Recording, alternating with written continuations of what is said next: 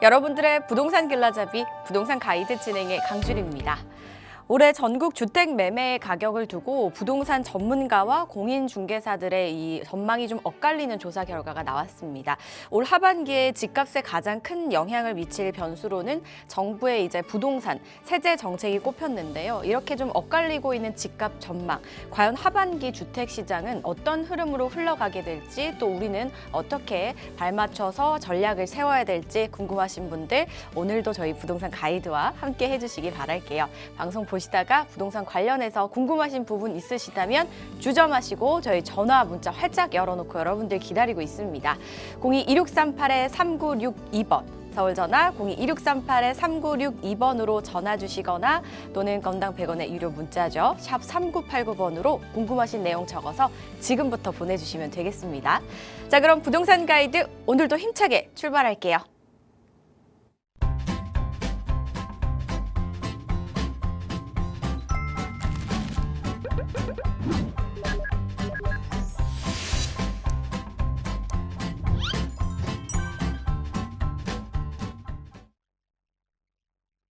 부동산 가이드 수요일 함께 하실 분 바로 만나보도록 할게요. 동산이형 부동산 연구소의 박성일 팀장과 함께합니다. 팀장님 어서 오세요. 안녕하십니까. 시청자 여러분 반갑습니다. 동산이형 박성일 팀장입니다. 날씨가 정말 미쳤다라고 할 정도로 너무 좋은 날씨가 계속해서 이어지는 것 같습니다. 제가 출퇴근길마다 항상 느끼는 게 이거 뭐 출퇴근하다가 중간에 한번 새서 어디 한번 좀 산책이라도 다녀올까? 아니면 좀 놀러 갔다 올까? 이 생각이 들 정도로 굉장히 좋은 날씨가 이어지고 있더라고요. 시청자 여러분들께서도 뭐 평일 주말 할 것 없이 시간 내셔서 한번 콧바람 쐬러 왔다 갔다 하시는 그런 시간 마련해 보시길 바라겠습니다. 아울러서 오프닝에서 말씀해 주신 내용들을 좀 곱씹어 보니까 좀 흐름들을 계속해서 예측하게 될 수 있는 것 같습니다. 기본적으로 지금 지방선거가 6월 앞으로 코앞으로 다가왔죠. 이제 한 달 정도 남았는데 그게 끝나고 나서 또 이제 7월 달에는 세제 개편 이어서 진행될 예정입니다. 그 세제 개편에서는 뭐 장기 보유 특별 공제라든지 아니면 보유세라든지 이런 부분들을 손질할 계획을 갖고 있다고 계속해서 얘기가 나오고 있는데요. 이런 부분들에 있어서 계속 좀 걱정이신 분들이 많은 것 같습니다. 그런데 기본적으로 우리가 부동산 시장을 접근할 때 뭐 구더기 무서워가지고 장 못 담그냐 이런 이야기들이 계속해서 나올 정도로 막 무섭다고 생각하지 말고 그냥 버텨라 이렇게 생각하시는 분들도 계시거든요. 저 역시도 그 관점에서 계속해서 그냥 끌고 가실 분들은 끌고 가셔라. 그리고 선택하셔야 될 분들은 선택하셔라. 이렇게 말씀드리고 싶습니다. 계속해서 부동산 시장이 혼란에 빠져 있다라고 생각하시는 분들 계신데 이 혼란 속에서도 기회를 찾는 분들이 굉장히 많습니다. 시청자 여러분들께서도 이런 기회 놓치지 마시고 이런 시기에 꼭 얻어가시는 것들이 있으셨으면 하는 바람입니다. 오늘도 강의, 양질의 강의 준비해 놨으니까 끝까지 시청을 부탁드리겠습니다. 그러니까 한마디로 출근하기 싫을 정도로 너무 좋은 날씨다라는 말씀이신 거잖아요. 그렇다면 이 핑계로 한번 쉬어볼까라는 생각으로 뭐 연차, 월차 쓰시면서 부동산 임장도 다녀보시고 좀 전략도 한번 세워보시는 그런 날로 잡아보시면 어떨까 싶거든요. 그래서 이런 날 딱 가기 좋은 자리가 있습니다. 팀장님, 어디죠? 네, 저희 동산이형 부동산 연구소에서 진행하는 세미나가 바로 그것입니다. 이렇게 좋은 날씨에 무슨 세미나냐라고 말씀하실 수 있는데 저희 세미나장이 이렇게 좋은 날씨에 듣기 좋은 이야기들로만 구성되어 있는 그런 곳이니까 시청자 여러분들께서 귀한 시간 내주셔서 와주신다면 저희가 거기에 걸맞는 그런 강의로 말씀드릴 수 있도록 하겠습니다. 저희가 이번 강의는 좀 특별하게 준비해왔습니다. 지금 5월 9일 이후에 다주택자 양도세 중과에 대한 내용이 시행이 될 텐데 다주택자도 투자가 가능한 주택수 배제 물건을 마포에 준비해 놨습니다. 이 부분에 대해서 설명을 해드릴 예정이고 그리고 5월 9일 전후로 좀 고민이신 분들도 많으실 것 같아요. 다주택 보유하고 계신 분들 경우에도 그런 분들께 전략을 짤 수 있는 그런 시간 마련해 놨습니다. 1대1 상담 통해서도 안내해 드릴 수 있는 그런 시간이니까 시청자 여러분들의 많은 관심 부탁드리겠습니다. 혼란 속에서 기회 잡아볼 수 있는 시간으로 잘 활용을 해보시기 바랄게요. 궁금하신 사항은요. 02-2638-3962번과 샵 3989번으로 문의 후에 참석하셔서 여러 이야기들 꼭 나눠보시기 바라겠습니다. 자, 그럼 저희는 이슈 체크부터 한번 해보도록 할게요. 드디어 다가왔습니다. 팀장님. 양도세 중과유예 종료 시점이 이제 3일 남겨두고 있거든요. 어떻게 앞으로 해야 될까? 뭐 시장에서는 지금 어떤 흐름을 보이고 있는지 이런 부분들 많은 분들이 궁금해하실 것 같아요. 그런데 앞으로 뭐 저희 또 선거도 남아 있고 그 사이에 어떤 변수가 있을지 모르겠는데 시장의 그 안정화를 찾을 수 있을지 정부의 기대대로 어떤 기조로 좀 흘러갈지 좀 많은 분들 궁금해하실 것 같거든요. 이야기 나눠볼까요? 이제 다주택자 양도세 중과에 대한 부분이 마지막 시한이 딱 사흘 남았습니다. 중과세가 시행되는 것은 이제 나흘 뒤죠. 5월 10일부터 이제 시행이 될 텐데 기본적으로 이 다주택자 양도세 중과라는 게 다주택자들을 좀 혼내기 위해서 만든 그런 제도다 이렇게 볼 수 있겠습니다. 가산해가지고 세금을 더 걷겠다라는 내용인데 이게 어떻게 달라지고 시장에 어떤 영향을 미칠 것인가 이런 부분에 대해서 이야기를 나눠보고자 준비한 내용이니까요. 다주택자이신 분들은 당연히 보셔야 되는 거고 다주택자가 아니라고 하더라도 부동산 시장의 향방에 대해서 관련된 내용들도 있으니까 끝까지 시청을 부탁드리겠습니다. 일단 다주택자 양도세 중과에 대한 부분을 좀 간략하게 설명을 드리고자 합니다. 일단 다주택자 양도세 중과라는 것이 다주택자, 말 그대로 주택을 두 채 이상 보유한 자가 처분을 했을 때 그 이익이 난 것에 대한 그 세금을 내는 것인데요. 이 세금을 내는 것에 대해서 중과한다라는 내용입니다. 가산한다라는 것이죠. 그래서 원래는 이 정도 세금만 내는 것인데 너는 다주택자이기 때문에 더 내야 해라는 것이 깔려 있다라는 것입니다. 그래서 이 양도세 중과에 대한 부분이 이중과세 아니냐, 그리고 세금을 너무 많이 징수하는 거 아니냐 이런 얘기들이 계속해서 나왔던 시절도 있었고 지금도 그런 이야기들이 많이 나오고 있죠. 기본적으로 방금 말씀드렸던 내용인데 이 2년 이상 보유한 자가 이게 핵심입니다. 조정 대상 지역 내에 위치한 부동산을 판매했을 때 여기서 이제 양도세 중과가 일어나는 것이죠. 내가 세 채, 네 채 갖고 있다고 해서 이것을 다 판다고 했을 때 다 중과가 되는 것이 아니라 규제 지역 바깥에 있는 비규제 지역인 경우에는 다주택자라고 하더라도 중과가 되지 않는다는 점, 그거 꼭 알고 계셨으면 좋겠습니다. 많은 분들이 좀 착각하시는 게 이 조정 대상 지역 바깥에 있는 그러니까 비규제 지역인데도 불구하고 처분하면 다 양도세 중과래라고 생각하시는 분들이 많으신 것 같아서 말씀드리는 거고요. 그리고 기본 수혜율에다가 20%와 30%, 2주택자라면 20%포인트가 붙어서 더 나가는 거고요. 20%가 중과가 되는 게 아니라 포인트입니다. 포인트. 착각하시면 안 됩니다. 이거를 간략하게 설명드리면 45%가 최대라고 했을 때 20%가 여기에 곱해지는 게 아니라 더해진다는 것이죠. 그래서 65%까지 된다는 것이고 이것 같은 경우에는 최대 75%까지 적용이 된다는 것이고 여기다가 지방세까지 가산이 된다 그랬을 때 총 82.5%까지도 나올 수 있다는 그 계산을 일전에도 말씀을 드렸습니다. 그래서 이 세율을 가산해서 적용한다 그랬을 때 어마어마해지는 거죠. 예를 들어서 내가 양도 차익이 10억이 발생했다. 그런데 내가 이 가산에 대한 부분이 10억 차익이 났음에도 불구하고 82.5%를 두들겨 맞는 사람이라면 세금을 8억 2,500을 내게 되는 거거든요. 그러면 내가 차익이 1억 7,500만 원이기 때문에 굳이 내가 팔아야 되는가?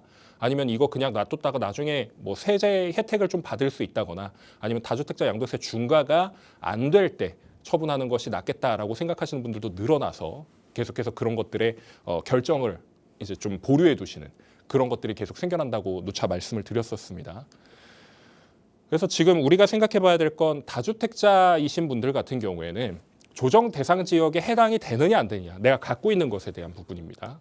그리고 중과 대상의 주택인지 아닌지를 따져보셔야 된다는 거죠. 뒤에서 또 설명을 드리겠지만 내가 주택임대사업자를 냈다거나 아니면 이게 중과 대상이 아닌 주택인데도 불구하고 중과 대상이라고 착각하시는 경우가 있습니다. 그리고 중과 배제 주택의 여부, 그러니까 방금 말씀드렸던 주택임대사업자를 다 채우신 것들이라거나 아니면 상속주택이라거나 아니면 주택수 배제되는 물건이라거나 이런 것들 같은 경우에는 예외가 될 수 있기 때문에 이런 부분들이 판단의 핵심이라고 할 수 있는 것이겠죠. 착각하지 마시라고 말씀을 드리는 것인데 기본적으로 우리가 10.15 대책 때 나왔던 내용이 서울의 25개 자치구와 경기 남부 12개 지역을 규제 지역으로 묶으면서 지금 걸려 있는 게 무엇입니까? 토지거래 허가고요. 그리고 조정 대상 지역, 투기과열지구 이렇게 묶여 있는 것이거든요. 그런데 우리가 다주택자 양도세 중과를 판단할 때 조정 대상 지역이냐 아니냐를 따져봐야 되는데 3종 세트를 다 묶어놓은 상태에서는 굳이 우리가 뭐 조정 대상 지역이니 아니니 이걸 따질 게 아니라 그 지역이 규제 지역이구나 이렇게 그냥 생각할 수 있다라는 것이죠. 그래서 지금 지역 자체가 서울의 어느 것이라도 가지고 있다 그러면은 무조건 다주택자 양도세 중과된다. 이렇게 판단하시면 되고, 경기도 같은 경우에도 12개 지역입니다. 이 12개 지역 안에 내가 가지고 있다라고 한다면 이걸 팔았을 때 내가 다주택자라면 중과가 되겠구나. 이렇게 생각하시면 편하다는 것이죠. 그런데 핵심은 처분 당시에, 그러니까 내가 팔았을 때 규제 지역이라면이 핵심입니다. 규제 지역이 아니었을 때 처분하는 것은 중과가 되지 않는다라는 점을 상기시키시길 바라겠고요. 더 중요한 것은 이거죠. 이거. 조정 대상 지역이 지금 서울 25개 자치구, 경기 남부 12개 지역 이렇게 정해놨지만 이게 앞으로 정부에서 어떻게 규제 지역을 더 넓게 퍼뜨릴 것인가, 이런 것들도 핵심이라는 겁니다. 특히나 요즘 신문 기사에서 나오는 내용들이 뭐냐면 지금 동탄 같은 경우에도 거래량이 대폭 늘어났고 가격도 많이 올랐거든요. 그런데 그 동탄을 집중하지 못하고 있는 게 다른 부분들 때문에 지금 거기를 신경을 못 쓰고 있지만, 만약에 동탄이라든지 다른 여타 지역들이 상승세가 좀 눈에 띄게 올라간다라고 한다면 그런 지역들도 조정 대상 지역에 포함될 수 있다라는 것이겠죠. 뭐 투기과열지구도 묶을 것이고, 그리고 토지거래 허가 구역도 묶을 겁니다. 그러면 이 조정 대상 지역이 내가 생각했던 지역보다 더 늘어나게 되는 그런 상황이 생길 수 있습니다. 그렇게 된다 그랬을 때 내가 만약에 지금 동탄에 갖고 있는데 이 동탄을 처분하지 않는다면 나중에 조정 대상 지역으로 묶였을 때 다주택자 양도세 중과를 맞을 수도 있다는 얘기입니다.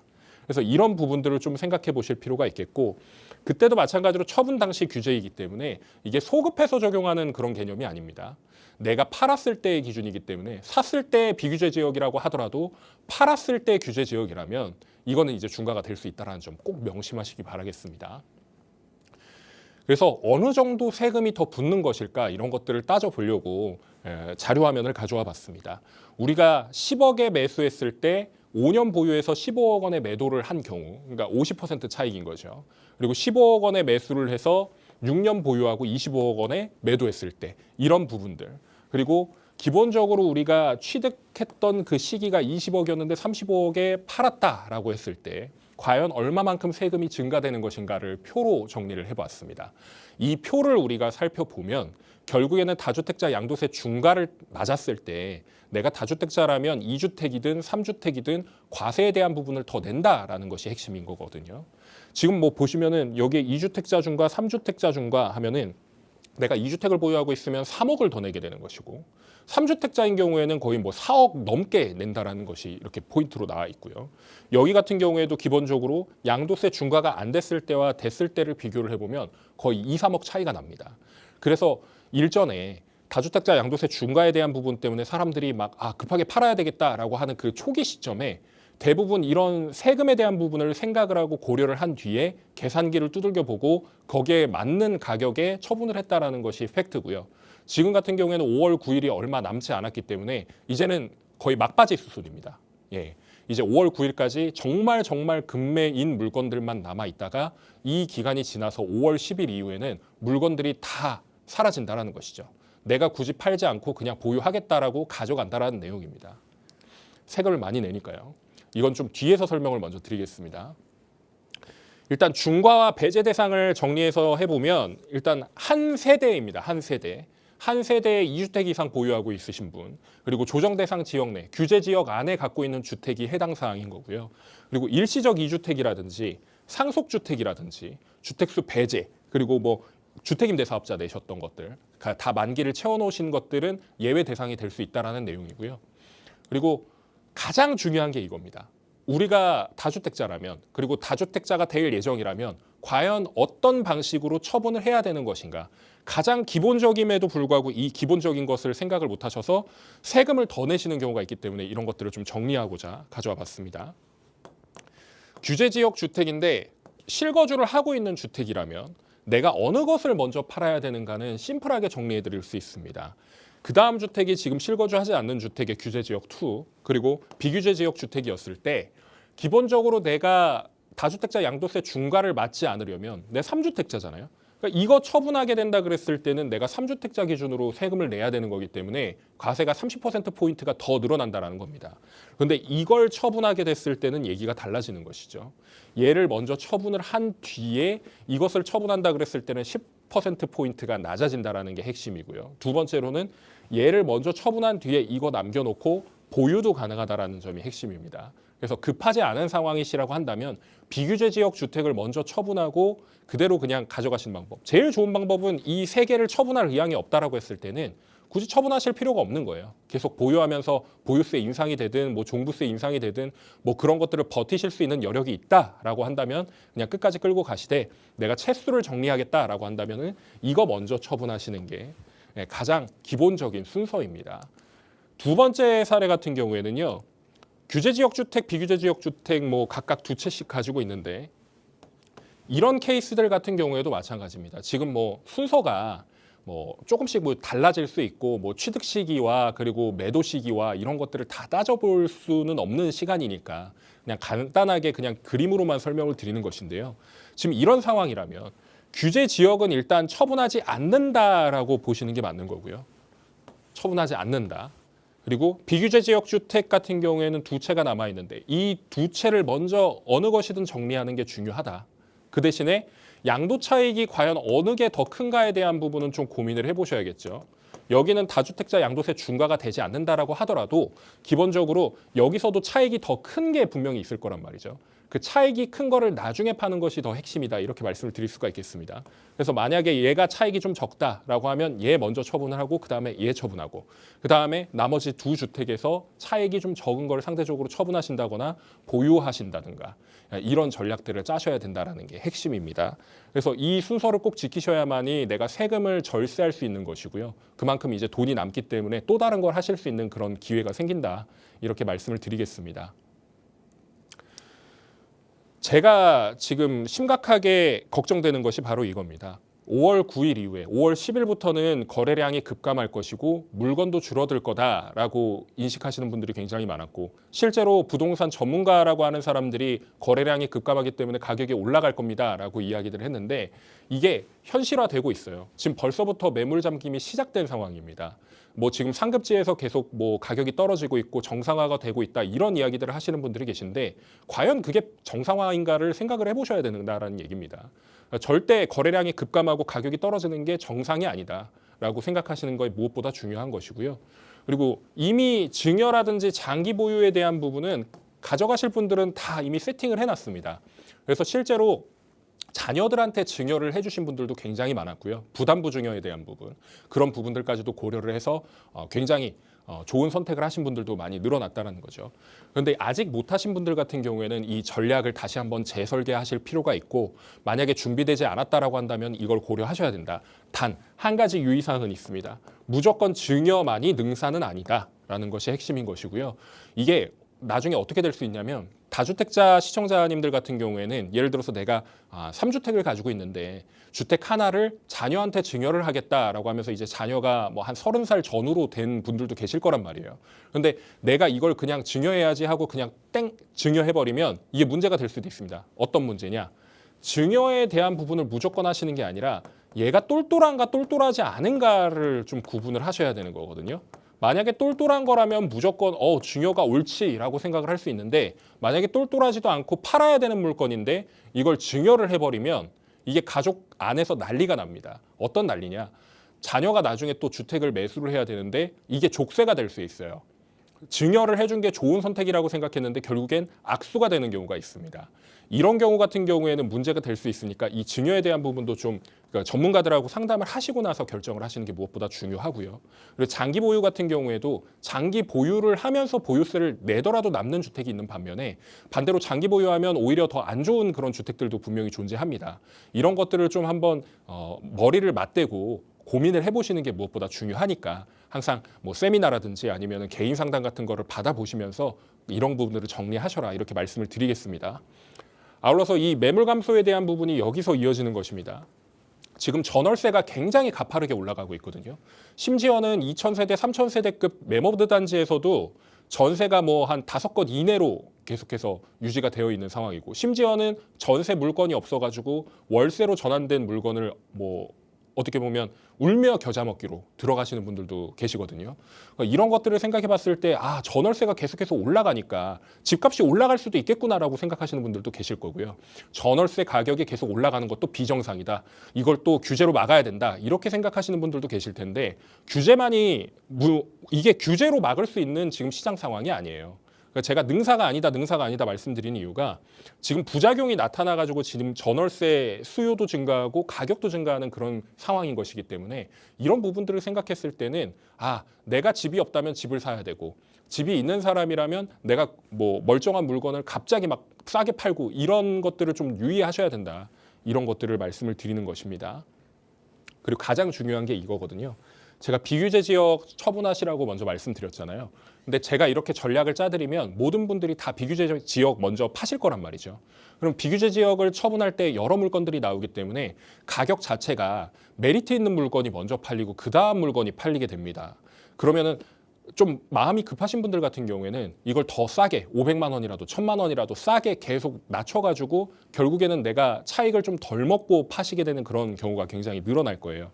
그러면 이 저가 매도가 계속해서 지속되면 지속될수록 이런 비규제 지역에서는 가격 편차가 상급지하고는 엄청나게 차이가 날 겁니다. 그러니까 이런 것들이 한 1, 2년 더 갈 거란 말이죠.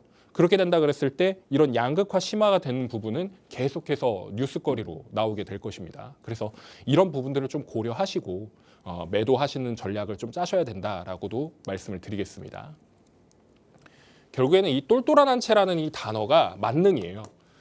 똘똘한 한 채라는 게 결국에는 서울에서 급지가 높은 아파트 한 채를 의미하기도 하지만 어쨌든 나한테 맞는 똘똘한 한 채도 있습니다. 나에게 똘똘한 한 채는 무엇인가를 좀 한번 고민해 보실 필요가 있겠는데 내가 여력이 안 되는데 예를 들어서 중급지, 뭐 동대문이나 아니면 뭐 강동 같은 경우에는 뭐 중상급지라고 봐도 무방하죠.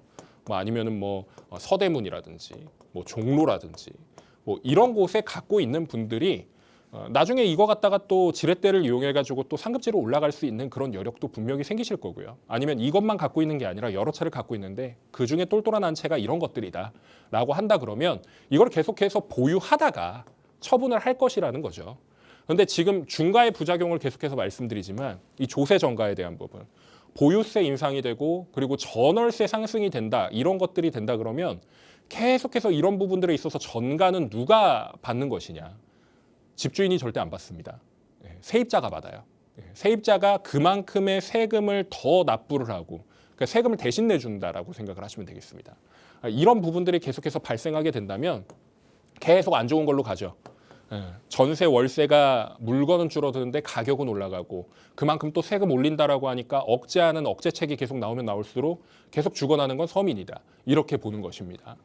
그리고 한 가지 또 여기서 연계되는 것이 똘똘한 한 채가 계속해서 평생 똘똘한 한 채가 될 수는 없어요. 물론 압구정, 뭐 여의도 이런 데들은 똘똘한 한 채가 계속해서 유지될 수는 있겠지만 이런 부분들이 가장 중요합니다. 신축 아파트가 될 재건축과 재개발.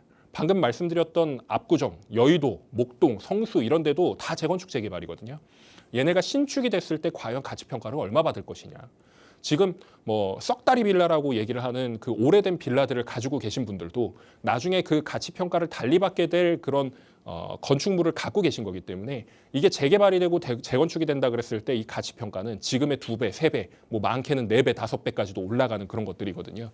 이런 것들이 가격이 상승이 계속해서 이루어질 것이다라고 보는 것입니다.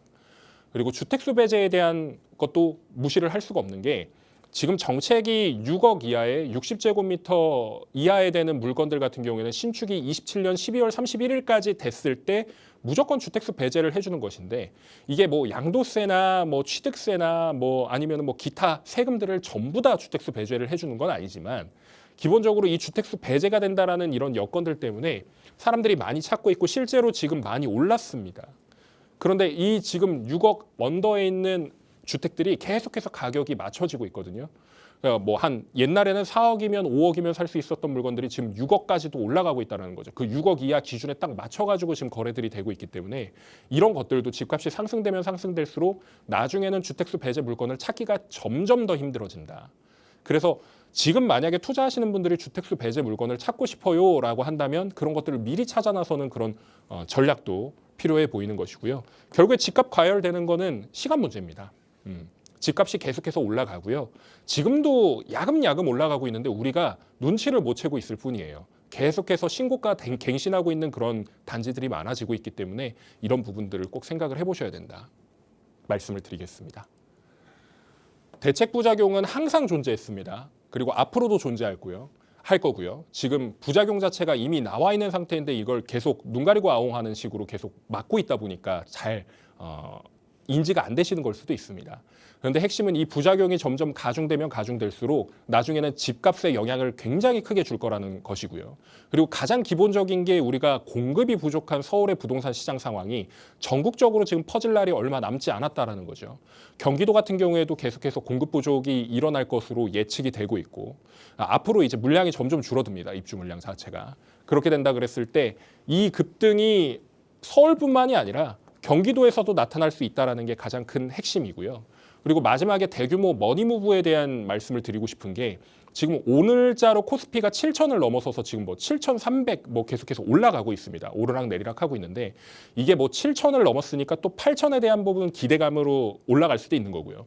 많게는 9,000, 만까지도 가는 거 아니냐 이런 얘기들이 있는데 본질을 좀 꿰뚫어 보면 답이 나옵니다. 우리가 주식을 하는 사람들이나 아니면 자본에 투자하는 사람들이 결국에 이 돈을 벌어서 무엇을 할 것인가를 생각해 본다면 결국에는 우리나라에서 답은 부동산 시장이거든요. 이 돈을 벌어서 어디에 쓸 거냐 이렇게 하면 결국엔 답이 부동산으로 갑니다. 이 대규모 머니무브가 앞으로 계속해서 이어질 거고요. 상반기부터 올해 하반기까지 계속해서 이어질 겁니다. 그래서 역대 최대 자본 시장에서 넘어온 부동산 시장으로 넘어온 금액이 몇 조다. 이런 식으로 헤드라인에 땅 걸릴 수 있는 게 올해 하반기예요. 그런 것들을 생각해 보신다 그랬을 때 앞으로의 집값 상승은 거의 이제 확정적이다. 예견되어 있다. 이렇게 말씀을 드리겠고 이런 부분들을 생각해 보신다 그러면 이제 자산의 이동, 자본의 이동 이런 것들을 고려하셔가지고 준비를 하셔야 된다.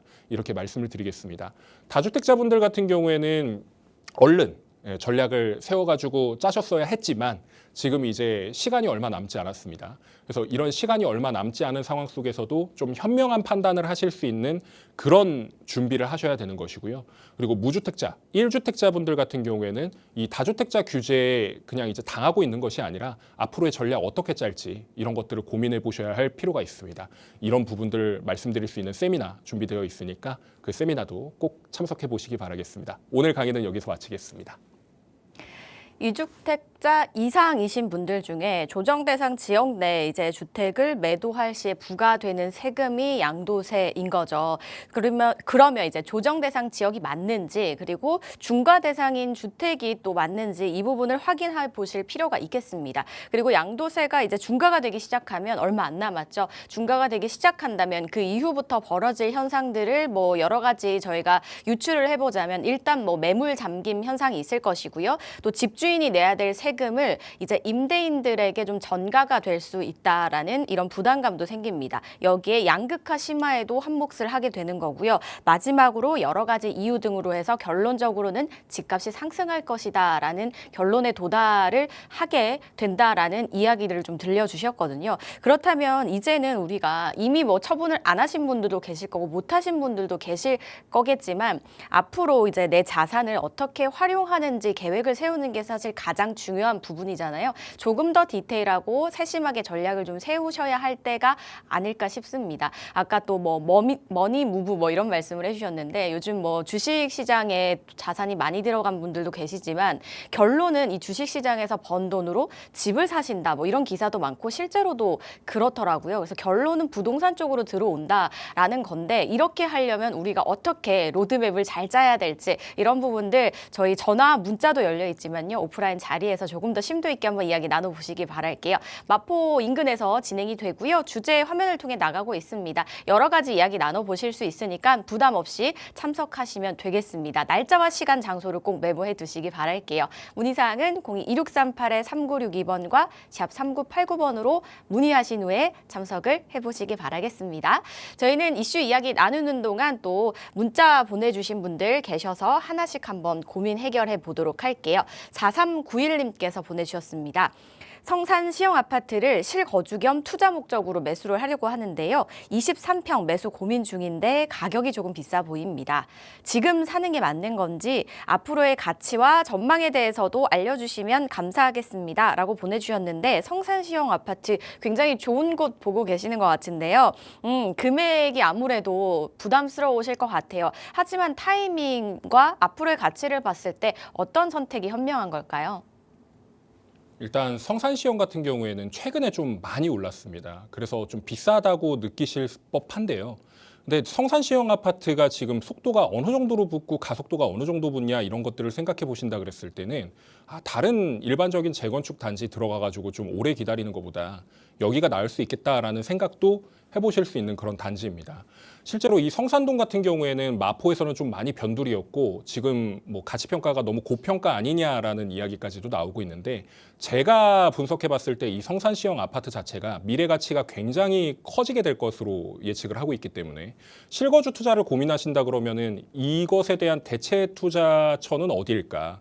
마땅히 없다고 봅니다. 여기가 굉장히 미래가 투명한 그런 공간이기 때문에 좀 만약에 매수를 고려하신다 그러면 매수하시는 걸 좀 추천을 드리겠고요.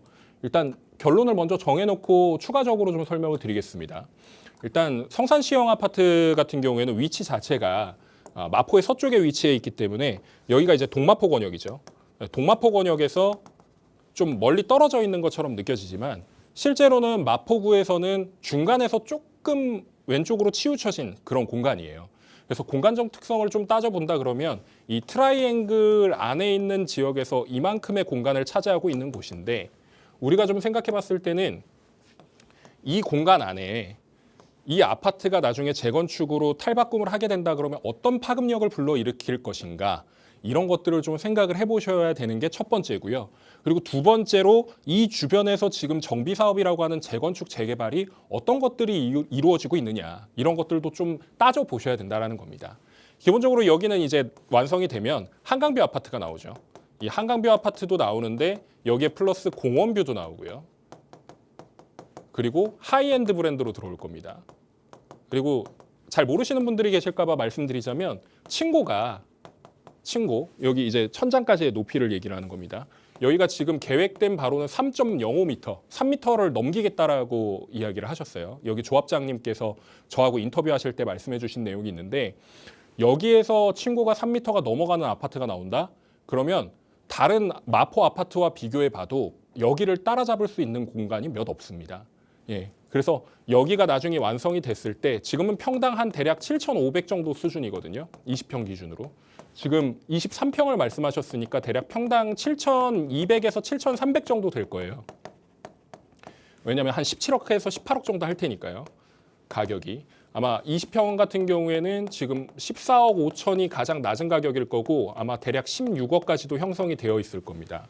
그러면 내가 진짜 실거주를 할 의향이 있는 사람이라면 당연히 넓은 평형수로 가져가서 내가 감정평가를 더 받아야 된다는 얘기고 감정평가가 높으면 높을수록 가격은 조금 더 올라갈 여지는 있습니다. 그래서 여기서 18억짜리 매물 같은 경우에도 감정평가를 가장 높게 받을 그런 공간이기 때문에 이 가격이 형성이 된다라고 말씀을 드리는 것이고 그러니까 이 이점을 다 가지고 있는 상태에서 재건축이 완성이 된다 그랬을 때 과연 어디와 동등하게 가치평가를 받을 수 있을까?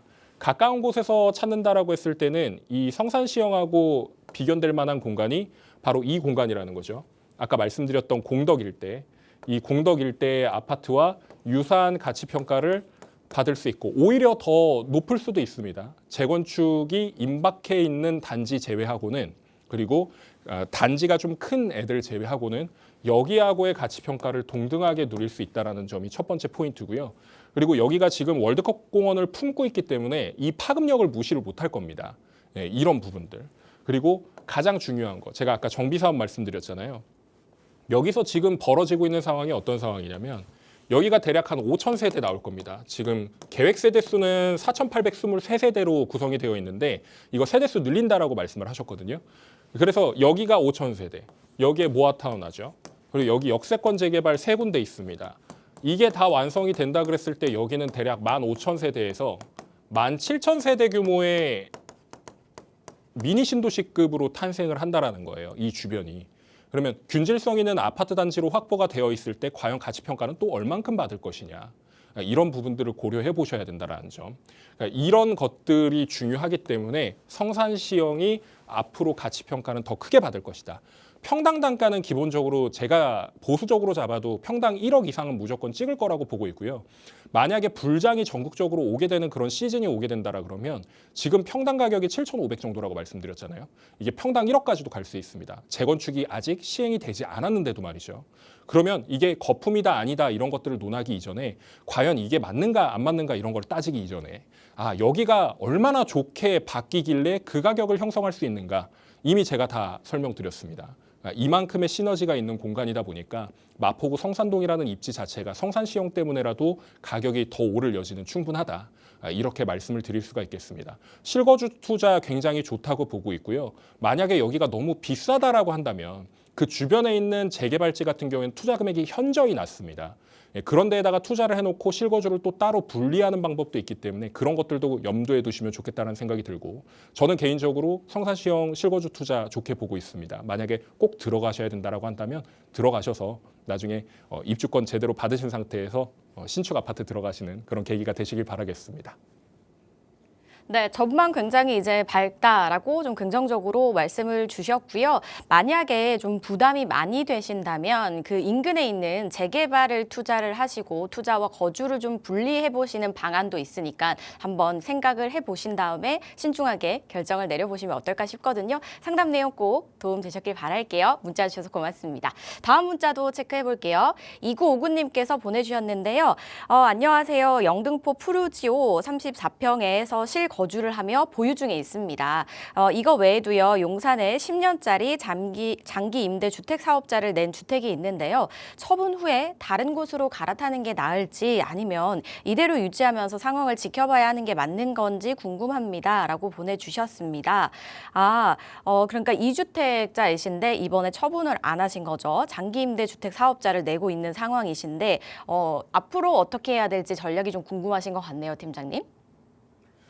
일단 제가 말씀드리고 싶은 게 영등포 푸르지오를 보유하고 있는 상태에서 용산을 장기 임대주택 사업자로 보유하셨다라면 이게 지금 실질적으로 영등포 푸르지오를 처분하는 것에 있어서는 1주택 비과세를 받으실 수 있는 그런 상황입니다. 그래서 내가 12억 초과된 부분에 있어서는 뭐 장기 보유 특별공제나 이런 것들을 활용해 가지고 최대한 절세를 하실 수 있는 그런 상황인 건데 문제는 지금 이걸 처분을 하고 나서 내가 다시 다른 아파트를 들어간다라고 했을 때 주택에 대한 부분이 주택수가 포함이 된다라는 거죠. 지금 용산 같은 경우에 가지고 계신 게 그 주택수 배제 물건인지 아닌지가 핵심인 건데요. 만약에 내가 6억 이상의 주택 그 같은 경우에는 주택임대사업자를 일단 낼 수가 없죠. 그런데 이거를 만약에 내가 주택수 배제까지 받았다라고 한다면 어찌됐건 내가 영등포 푸르지오를 처분하고 나서 갈아타게 하는 게 수월해집니다. 그런데 주택수 배제를 못 받는다 그러면은 취득세가 8% 나오죠. 취득세가 8% 나온다라는 얘기는 원래는 내가 한 3% 내야 되는데 5%를 더 내야 된다. 이 3%라고 하는 거는 기준 그 시가가 있으니까 원래는 6억 이하 같은 경우에는 1.1% 내게끔 되어 있는데 이게 가격이 올라가면 올라갈수록 세금을 더 내니까 3% 기준으로 잡는다고 하더라도 5%를 더 낸단 말이죠. 몇 천만 원 단위입니다. 그래서 기본적으로 갈아타기를 하실 때에도 취득세를 얼마나 내느냐 이것도 굉장히 중요한 거거든요. 근데 제가 봤을 때는 일단 영등포 푸르지오가 조금 못 믿어서 갈아타기를 해야 되나 고민이신 것 같기도 해요. 근데 제가 지금 이 상황이라면 영등포 푸르지오를 팔고 내가 주택수 배제 재개발 투자를 하면서 실거주 투자를 분리하는 케이스라면 처분하시는 것도 괜찮을 것 같습니다라고 말씀을 드리는데 나이가 좀 나이대가 있으시다거나 아니면 내가 지금 실거주 투자에 대한 부분은 좀 고민을 해봐야 된다라고 하시면 그냥 스테이, 보유하시는 것도 괜찮다라는 의견을 먼저 드리겠습니다. 왜 그러냐면요. 일단 이 영등포 푸르지오 자체가 지금 84 타입이 얘도 이제 10억대 중후반 이렇게 올라가고 있는 상황인 거거든요. 뭐 16억, 17억 이런 상황인 건데 84 타입 기준으로요. 이 가격 자체가 나중에 앞자리가 2로 바뀝니다. 이 2로 바뀐다라는 근거에 대해서 제가 좀 자세하게 설명을 드릴게요. 일단 이 영등포 자체가 지금 아직 개발이 덜 끝난 상황에서 뭐 양평이라든지 당산이라든지 이런 지역들에서 뭐 재개발 재건축 이야기가 나오고 실제로 재건축 이슈가 있는 지역들 단지들 같은 경우는 가격이 꽤 많이 올랐습니다. 그리고 재개발을 통해서 아파트가 지어진 곳들 같은 경우에도 앞자리가 2로 바뀌었죠. 예를 들어서 이런 쪽 같은 경우에도 아크로가 지어지면서 여기가 20억을 넘어갔는데 이 20억이라는 게 상징성 있는 숫자입니다. 영등포도 앞자리가 2로 바뀔 수 있는 아파트들이 많다라는 뜻이고 실제로 여기 물레자이 같은 경우에도 뭐 대형 평형수가 대부분인 그런 단지들이지만 지금 실제 호가가 10억 후반이란 말이죠.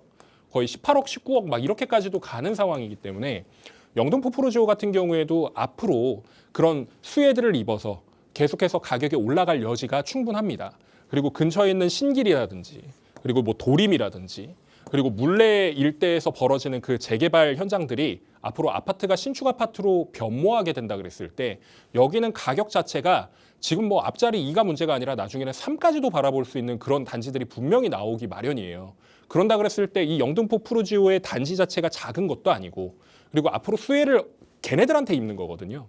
신축 단지가 거의 뭐 30억에 육박하는데 얘라고 뭐 20억을 못 짓겠습니까? 그런 시절까지도 고려할 수 있는 그런 상황이니까 그 부분을 먼저 고려하시면 좋겠고요. 만약에 내가 진짜 처분을 해가지고 투자를 분리하겠다라고 했을 때 전략이 있습니다. 일단 용산 자체를 10년으로 묶어놓으신 상황이거든요. 그럼 용산 10년 묶어놨고 얘가 실거주가 되는지 안 되는지를 먼저 따져봐야 되는데 만약에 실거주가 된다 그랬을 땐 나중에 얘도 실거주 요건을 채워가지고 비과세 받으시는 방법. 만약에 여기는 실거주가 절대 안 되는 지역이다라고 하면 그냥 끝까지 끌고 가시면서 용산 아파트를 받을 수 있는 그런 전략을 짜셔야 되는 것이고 여기다가 영등포 프로지오 팔았으니까 또 한 채를 마련하셔야 되는 거고 되도록이면 저는 한 채를 더 가져가시면서 이렇게 가져가시는 게 가장 핵심적인 부분이다라고 말씀드리지만 염두에 두는 게 재당첨 제한이나 이런 것들도 염두에 두시는 분들이 계시거든요. 이거 좀 위험하죠. 5년 재당첨 제한에 걸릴 수 있는 부분이니까. 그래서 이런 계산들을 좀 잘하고 접근을 하셔야 된다. 이렇게 먼저 말씀을 드리고 저는 만약에 가능하다 그러면 이렇게 해가지고 재개발로 묶어놓는 게 가장 좋은 선택지가 될 수 있다라고 먼저 말씀을 드리고요. 만약에 내가 실거주는 죽어도 그냥 아파트에서 하고 싶다라고 하시면 그냥 아파트를 구매를 하시는데 아까 말씀드렸던 그 취득세에 대한 부분이 걸리니까 이런 부분들을 좀 복합적으로 고려하셔서 만약에 내가 그냥 프로지오에 지내면서 용산을 그냥 기대해야지 그리고 여유 자금이 있다 그러면 오히려 지금 상황에서는 영등포 프로지오 가지고 있고 내가 용산 하나 가지고 있고 또 하나 물건을 주택임대사업자로 묶는 방법도 대안이 될 수 있으니까 그런 부분들까지도 한번 고려해 보시길 바라겠습니다. 이 부분은 방송에서 디테일하게 설명드릴 수 있는 부분은 아니에요. 시청자님의 그런 상황과 여건을 고려해가지고 컨설팅을 해드려야 되는 부분들도 있으니까 만약에 시간이 되신다라고 하시면 세미나 참석하셔가지고 이야기 나눠보시길 바라겠습니다. 굉장히 다양한 방법으로 전략을 좀 말씀을 주셔서 이 가이드도 자세하게 좀 이야기를 나누실 필요가 있는 부분이겠다라는 느낌이 들었거든요. 그래서 일단 전반적으로 좀 훑어주신 이 부분 참고해 보시고요. 조금 더 자세하게 이야기 나눠보고 싶으시다면 저에게 다시 뭐 상담 요청 주시거나 세미나 자리 한번 활용해 보시면 어떨까 싶네요. 상담 내용 도움되셨길 바라겠습니다. 다음 상담 빠르게 하나 더 만나볼게요. 4653님께서 보내주셨는데요. 자양동 재개발이 전체적으로 비싸진 느낌인데요. 앞으로도 계속 오를지 궁금합니다. 향후 전망 어떻게 보시는지 여쭙습니다. 라고 보내주셨습니다. 자양동 최근에 굉장히 많이 핫해진 지역이잖아요. 앞으로 계속해서 이제 오를 것이다라고 전망하시는 분들이 많던데 팀장님 어떻게 보시는지 궁금하고요. 전망 궁금하다고 하시네요. 자양동은요. 이제 넘사벽이 될 수 있는 그런 지역이라고 보고 있습니다. 기본적으로 좀 부동산에 대해서 관심이 많고 좀 좋아하시는 분들이라면 자양동 안 들어보신 분들 없으실 거라 생각합니다. 이 동네에 대해서 잘 모른다고 하더라도 이 이름 세 글자는 분명히 들어보셨을 거라 생각을 하는데 이게 왜 중요하냐면요. 자양동이 이쪽에 있습니다. 서울의 동쪽 편에 있는데 이 동쪽 편에 있는 이 자양동 같은 경우에는 뭐 숫자가 4, 3, 2, 1 이런 식으로 섹터가 구분이 되어 있거든요. 근데 지금 여기에서 제가 이렇게 설명을 드리는 이유가 여기가 성수거든요. 성수. 좀 크게 좀 보여드릴게요. 강북에서 재개발할 수 있는 그 한강변에 재개발지가 몇 개 안 남았고 그리고 지금 핵심이 이쪽에서부터 흐름이 이렇게 이어진 상황이었거든요. 여기가 어디냐면 한남입니다. 한남. 한남뉴타운이 지금 투자 금액이 얼마 들어가냐면요. 40억 들어갑니다. 40억. 성수는 얼마 들어갈까? 성수는 30억 들어갑니다. 여기 지금 자양 사동 A구역이라든지 그리고 자양 7구역 재건축이라든지 여기 얼마 들어가냐? 지금 10억대 후반 들어가거든요. 이제 자양 2동, 1동 이렇게 남아 있는데 자양동에서 투자 금액이 가장 저렴한 물건이 얼마냐면 거의 한 6억대 될 거예요. 뭐 원룸이나 아주 협소한 그런 물건이라면 5억대 후반도 찾아볼 수 있겠지만 기본적으로 여기가 지금 이제 곧 있으면 10억까지도 올라갈 수 있는 그런 투자처가 된다라는 얘기입니다.